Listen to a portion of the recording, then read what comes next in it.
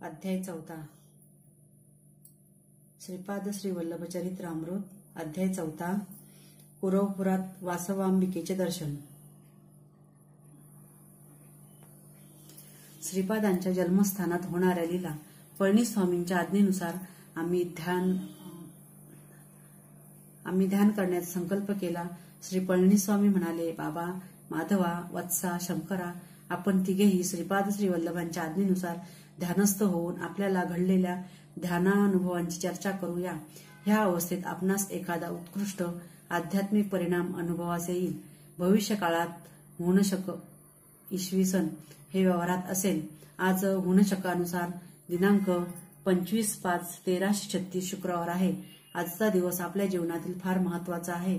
मी माझ्या स्थूल शरीराला येथेच ठेवून सूक्ष्म शरीराने कुरवपुरात जाईन। एका वेळेस 4-5 ठिकाणी सूक्ष्म रूपात विहार करणे मला बालक्रीडा वाटते। आपण सगळे श्रीपाद श्री वल्लभांच्या ध्यानात असताना त्यांची आज्ञा झाल्यावर मी सूक्ष्म शरीराने कुरवपुरात त्यांच्या सानिध्यात जाईन। स्वामींचा अनुग्रह मिळविण्याचे विधान। श्री स्वामींचे वक्तव्य ऐकल्यावर मला गंमत वाटली, म्हणून विचारले, स्वामी, माधवाने श्री वल्लभांच्या दिव्यमंगल स्वरूपाचे दर्शन घेतले आहे। आपण सदैव श्री वल्लभांबरोबर सूक्ष्म रूपाने विचारणा करता, मला मात्र त्यांचे नावच माहीत नाही आहे, रूप माहीत नाही, मग ध्यान कसे करायचे? त्यावर श्री पळणीस्वामी मंदहास्य करीत म्हणाले, बाबा, श्रीपादांची भक्ती असल्यास सगळे सिद्ध होईल। श्रीपाद प्रभू सर्वात प्रथम आपल्या भक्तांचे कासवाच्या पिलाप्रमाणे पालन करतात। कासव आपल्या पिलापासून किती दूर असले तरी त्याचा विचार तरंगानेच त्या पिलांचे रक्षण होते। थोडी उन्नती झाल्यावर मांजराच्या पिलाप्रमाणे भक्ताचे पालन करतात। जसे मांजर त्याच्या पिलाला आपल्या तोंडात धरून एका घरातून दुसऱ्या घरात घेऊन जाते, त्या किशोरांसाठी जिथे सुरक्षित स्थान वाटते तेथेच त्या पिलास ठेवते। त्यानंतर माकडाचे पिलाप्रमाणे भक्तांचे पालन होते। अशा पालनात पिल्लू त्यांच्या आईस अतिप्रयत्नाने चिटकून असते। अधिक उन्नती झाल्यावर आई मासोळीबरोबर अतिस्वेच्छेने आनंदाने विहार करणाऱ्या बालमाशासारखे भक्त श्री गुरु समवेत असतात। तो ध्यानात बसल्यावर तेच दर्शन देतील। आज 25/5/1336 शुक्रवार सर्व शुभयोग मिळून असलेला योग संपूर्ण असा महत्तम दिवस आहे। श्री वल्लभांनी अतिमुख्य असा भविष्य निर्णय करण्याचे ठरवले असून मला सूक्ष्म रूपात कुरवपुरास यावे असे सांगितले आहे। ध्यानस्थ असताना त्यांची आज्ञा कोणत्या क्षणी होते त्याच क्षणी मी कुरवपुरात जाणार। तेथे एखादी महत्वाची घटना घडणार आहे, ती माझ्या डोळ्याने पाहण्याची संधी श्री दत्तप्रभूंच्या कृपेनेच मला मिळेल। असे म्हणतच श्री पळणीस्वामी ध्यानस्थ झाले। मी आणि माधव सुद्धा ध्यानस्थ झालो। अशा प्रकारे ध्यानात 10 तासांचा वेळ गेला। ध्यानानंतर श्री पळणीस्वामी अत्यंत उल्हासित दिसत होते। मी आणि माधवने श्री स्वामींच्या त्यांच्या ध्यान अनुभूतीबद्दल सांगा अशी प्रार्थना केली। त्यावर स्वामींनी हसत मुखाने सांगण्यास सुरुवात केली। शिवशर्माची गाथा, श्रीपाद श्री वल्लभांचे चिंतनाचे फळ। ते म्हणाले, या कलियुगातील लोकांचे किती महत् भाग्य आहे। कुरवपुरगाव हे फार लहान असले तरी स्वामींच्या महत्तेत जाणून वेदपंडित सद्ब्राह्मण शिवशर्मा भार्या अंबिकेसह कुरवपुरातच राहत होते। कुरवपुरातील एकुलते एक असे हे ब्राह्मण कुटुंब होते। ते द्वीप ओलांडून ब्राह्मणोचित कार्यक्रमाने धनार्जन करून रोज कुरवपुरास परत येत असत। ते फार मोठे विद्वान पंडित होते। ते अनुष्ठानरीत काश्यप्य गोत्रोत्पन्न यजुर्वेदीय ब्राह्मण होते। शिवशर्मास झालेली संताने थोड्याच कालावधीत दिवंगत होत असत। कसाबसा एक मुलगा वाचला। दुर्दैवाने तो मुलगा जड मंदबुद्धीचा होता। निष्प्रयोजक संतान प्राप्तीमुळे शिवशर्मा दुःखी होते। एके दिवशी श्री वल्लभांच्या समोर वेदपठण करून ते मौनपणे उभे राहिले। श्री स्वामींनी त्यांच्या मनोगत ओळखून मंदहास्य करीत ते म्हणाले, शिवशर्मा, दुसरी सगळी चिंता सोडून निरंतर माझे ध्यान करणाऱ्यांचा मी दास असतो। तुझी इच्छा काय आहे ती सांग। त्यावर शिवशर्मा म्हणाले, स्वामी, माझा मुलगा माझ्यापेक्षाही मोठा पंडित वक्ता व्हावा अशी माझी इच्छा होती, परंतु ती पूर्ण रसातळास गेली। माझा मुलगा अत्यंत मंदबुद्धीचा आहे। सर्व चराचरात सगळ्या घटाघटात व्यापून असणाऱ्या सामर्थ्यवंत असलेल्या आपणास त्याला पंडित करणे, निष्ठावान करणे काहीच अवघड नाही। एवढी मजवर कृपा करावी। त्यावर श्रीपाद म्हणाले, बाबा, कोणीही किती मोठा असला तरी पूर्वजन्म कर्मफळ अनिवार्य असते. सगळी सृष्टी सुद्धा शासनाचे उल्लंघन न करता चालत आहे. स्त्रियांना पूजेचे फळ म्हणून नवरा मिळतो. दानाचे फलस्वरूप मुळे बाले होतात. सर्वदा दान सत्पात्री करावे. दान घेणारे सत्पात्री नसतील तर किंवा दानास योग्य असे नसतील तर अनिष्टच संभवते.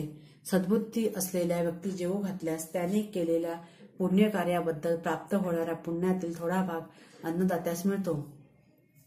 दुर्बुद्धी असलेल्या माणसाला अन्न दिल्यास त्याने केलेल्या पापकार्यामुळे मिळालेल्या पापाचा थोडा भाग अन्नदात्यास मिळतो. दान करताना माणसाने अहंकार रहित होऊन दान करावे, तेव्हाच त्याचे चांगले फळ मिळेल. पूर्वजन्मीच्या कर्मफळानेच तुला मंदबुद्धीचा मुलगा जन्मला. तुम्ही दाम्पत्याने अल्पायुषी संतान नको, पूर्णायुषीच द्या असे मागणे केले होते. पूर्णायुषी पुत्र दिला. त्याचे पूर्वजन्मचे पाप निवारण करून त्याला योग्य असा पंडित करावयाचे, म्हणजे कर्मसूत्राला अनुसरून तो देहत्याग करण्यास सिद्ध असलास तरी मी त्याला योग्य असा पंडित करेन. त्यावर शिवशर्मा म्हणाले, स्वामी, माझा वृद्धावस्थेमध्ये प्रवेश झालेलाच आहे. मी माझे जीवन त्यागण्यास सिद्ध आहे. माझा कुमार बृहस्पतीसारखा पंडित वक्ता झाल्यावर मला दुसरे काय हवे? संपूर्ण चराचराला घटाघटाला व्यापून राहणारे सामर्थ्यवंत श्रीपाद प्रभू म्हणाले, बरे, तुझा लवकरच मृत्यू होईल.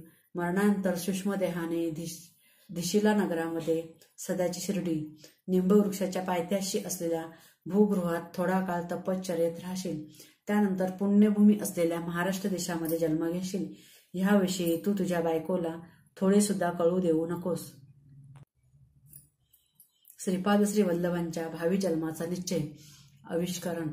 लवकरच शिवशर्मा मरण पावला. अंबिका तिच्या मुलासह भिक्षाटन करून जगत होती. शेजारपाजारचे लोक हसत टिंगल उडवीत त्यास अंतच नसे. त्या मठ्ठ ब्राह्मण मुलास अपमान असह्य होऊन तो आत्महत्या करण्यासाठी नदीकडे पळत सुटला.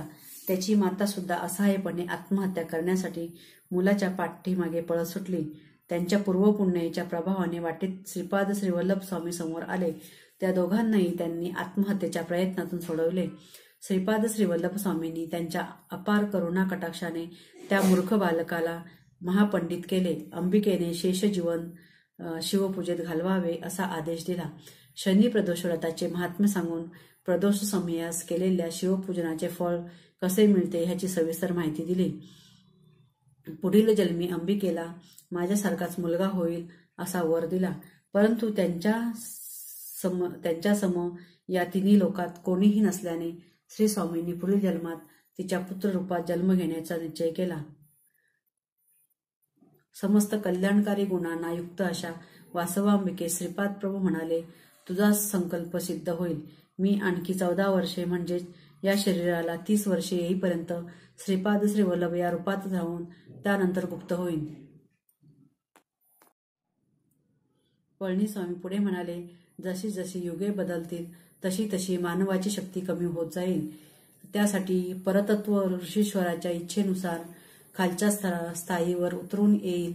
शरीरधारी प्रभूंचा अवतार म्हणजे संपूर्ण अनुग्रहाचे सूचक होय. अशा रीतीने प्रभुत्व खालच्या पातळीवर उतरण्याचे थोड्या श्रमाने मानवास उत्तम फळ प्राप्त होईल. म्हणूनच कलियुगातील मानव धन्य आहेत. केवळ स्मरण मात्रेचं दत्तप्रभूंचा अनुग्रह प्राप्त होईल. अशा मानवाचे पतन होण्यास जेवढे मार्ग आहेत, श्रीचरणांचा अनुग्रह प्राप्त होण्यास त्याहीपेक्षा असंख्य मार्ग आहेत. हेच परम सत्य आहे. स्मरण अर्चन केल्यामुळे श्रीपाद श्री वल्लभ प्रभूंशी अनुसंधान घडते. यामुळे साधकांचे पापकर्म, दोष, विषय वासना, संस्कार श्रीपाद श्री वल्लभांच्या चैतन्यात प्रवेश करतात. त्यांच्याकडून भक्तांना श्रेयस्कर शुभस्पंदनाचा लाभ होतो. श्रीपाद प्रभू साधकांच्या चैतन्यात प्रवेश झालेल्या पापसमुदायाचे पवित्र नदीच्या स्नानाने निर्मूलन करतात. तसेच न केल्यास त्यांच्या योगाग्नीनेच त्या पापांना जळून भस्म करतात. ते स्वतः तप करून त्या तपाचे फळ त्यांच्या भक्तांना देतात. कर्मसूत्राचे अतिक्रमण न करता भक्ताचे रक्षण करतात. त्यांना आवश्यक वाटल्यास कितीही जडस्वरूपी कर्मफळांचे शोषण करून आपल्या भक्तांना विमुक्तीचा प्रसाद देतात. क्षणोक्षणी त्यांच्या कर्माचा ध्वंस करतात. म्हणूनच त्यांच्या भक्तांची त्यांच्या न कळूनच कर्मबंधनातून सुटका होते, मुक्ती मिळते. या पळणीस्वामींच्या वक्तव्यानुसार सुद्धा माझ्या मनातील प्रश्न मिटला नव्हता. मी त्यांना अजून एक प्रश्न विचारण्याचे साहस केले. स्वामी, 7.5च्या त्रासातून शंकराची सुद्धा सुटका झाली नाही असे ऐकले होते. ग्रहासंबंधी त्रासातून श्री गुरु सार्वभौम कशा प्रकारे सुटका करतात त्याबद्दल माहिती द्यावी अशी प्रार्थना. यावर पळणीस्वामी म्हणाले, बाबा शंकरा, खगोलातील ग्रहांना जीवांशी मित्रत्व किंवा शत्रुत्व असे नसते. मानव जन्मीच्या वेळी त्याच्या प्रारब्ध कर्माला अनुसरून ग्रह महर्दर्शने जन्म घेतो. त्या ग्रहांना अनुसरून शुभाशुभ फळ त्याला मिळत असते. ग्रहांच्यामुळे येणारे सूक्ष्म किरण अशुभ फळ देणारे असल्यास त्यांच्या दोष निवारणासाठी मंत्रतंत्र यंत्राने काही फळ न दिल्यास जपतप होमाचा आश्रय घ्यावा. या उपायाने सुद्धा उपशमन न झाल्यास श्री गुरु पादुकांना शरण जावे. श्रीचरण सर्व शक्ती संपन्न असतात. शक्तीमध्ये चांगल्या आणि वाईट शक्ती असतात. त्या शक्तीकडून निघालेली स्पंदने शुभ अशुभ घटना घडवून आणतात. प्रत्येक ग्रहास मानव शरीरातील थोड्या विशेष भागावर अधिपत्य असते. ग्रहबाधा असल्यास मानवाच्या शरीरातील कोणत्या भागावर त्या ग्रहांचे अधिपत्य असते तेच पीडित होतात. विश्व चैतन्यापासून प्रवाहित सूक्ष्म स्पंदनामुळेच इष्ट अनिष्ट फळांची सिद्धी होते. स्पंदनामुळे आकर्षण किंवा विकर्षण होते. सज्जनांचा सहवास असणाऱ्या व्यक्तीस दुर्जन सहवास घडल्यास अकारण कलह, बंधुवियोग, कुटुंबातील सदस्यांशी वादविवाद होतात. हे सारे आकर्षण शक्ती कमी झाल्याने मिळणारे अनिष्ट फळ आहे. विश्वशक्तीकडूनच स्पंदनाची निरंतर उत्पत्ती होत असते. ते थोड्या कालावधीपर्यंत त्या माणसावर प्रभाव पाडण्याचे कार्य करतात. काळ हा शक्ती स्वरूप आहे. थोड्या कालांतराने ती स्पंदने रित्या प्रभावित होणाऱ्या माणसाच्या शरीरात प्रवेश करतात. कालचक्राला अनुसरून त्याचे फळ मिळत असते. मानवाची देवभक्ती जागृत होऊन जपतप केल्यास ग्रहांची तीव्रता थोड्या प्रमाणात कमी होते. लोक विश्व कल्याणाची इच्छा करून विविध प्रकारचे यज्ञ करीत असतात. त्यांच्या तपाचे फळ सुद्धा दान करीत असतात. ह्या प्रक्रियेने विश्वात उद्भवलेली अनिष्टकारक अशी स्पंदने एका माणसानंतर दुसऱ्या माणसाला कष्ट न देता ती जेथून उद्भवली तेथेच परत जातात, म्हणजे मूळ बिंदुस्थानात जातात. ह्याला तिरोधन म्हणतात. थोडे पुण्य कार्य केल्याबद्दल विशेष शुभफल मिळाल्यास त्यास अनुग्रह असे म्हणतात.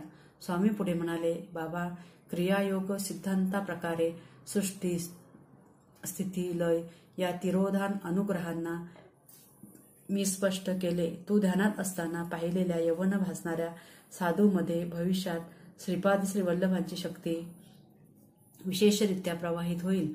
निंबवृक्षाच्या जवळ असलेल्या भूगृहातील 4 नंदादीपांना तू पाहू शकलास, ही असाधारण किमया आहे.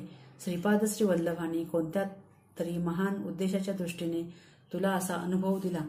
त्यांची आंतरिक कल्पना केवळ त्यांनाच माहीत आहे. त्यांच्या लीला फार अगम्य असतात, गूढार्थ प्रयोजक असतात. त्यांच्या व्यतिरिक्त दुसऱ्यांना त्याचा मतितार्थ जाणता येत नाही. त्यात सुद्धा देवरहस्य असू शकतात.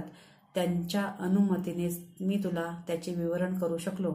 समस्त सृष्टी त्यांच्या नजरेखालीच असते. त्यांचे तेच प्रमाण आहेत. त्यांच्यात तेच श्रेष्ठ आहेत. विश्वनियंता सुद्धा तेच आहेत. योगसिद्ध आहेत, अमेय आहेत. ते परिणामांना, मोजमापांना, परिमितीला साध्य होणारे विषयच नाहीत. श्री पळणीस्वामींच्या या वर्णनाने माझे मन आनंदाने भरून गेले. मी उडुपी क्षेत्राहून निघालो. कुरवपुरात जाताना मध्येच कितीतरी चित्रविचित्र अशा घटना घडत चालल्या होत्या.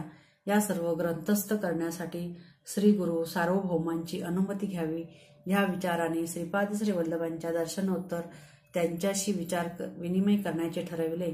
श्री पळणीस्वामींनी माझ्या मनातील भावाला दिलेले समजून घेतले. ते म्हणाले, तुझ्या मनातील भाव मला अवगत झालेला आहे.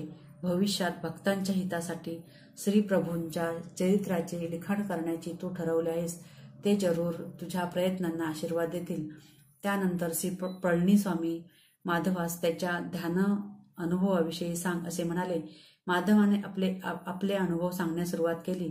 श्रीपाद श्री वल्लभ जन्मस्थानी श्रींच्या पादुका श्रीपाद श्री वल्लभ श्री दत्तात्रेय आणि श्री नृसिंह सरस्वतींची यांच्या मूर्तीची प्रतिष्ठापना. श्री पळणीस्वामी म्हणाले, बाबा शंकरा, तू दर्शन घेतलेले श्री वल्लभांचे माता गृहस्थ तुझ्यातील सर्व शक्तींना आकर्षित केलेले स्थळ श्रीपाद श्री वल्लभांचे जन्मस्थान आहे. तेथे असलेल्या पादुकांच्या खाली पाताळात अनेक सहस्त्र वर्षापासून तपात बसलेले ऋषी आहेत.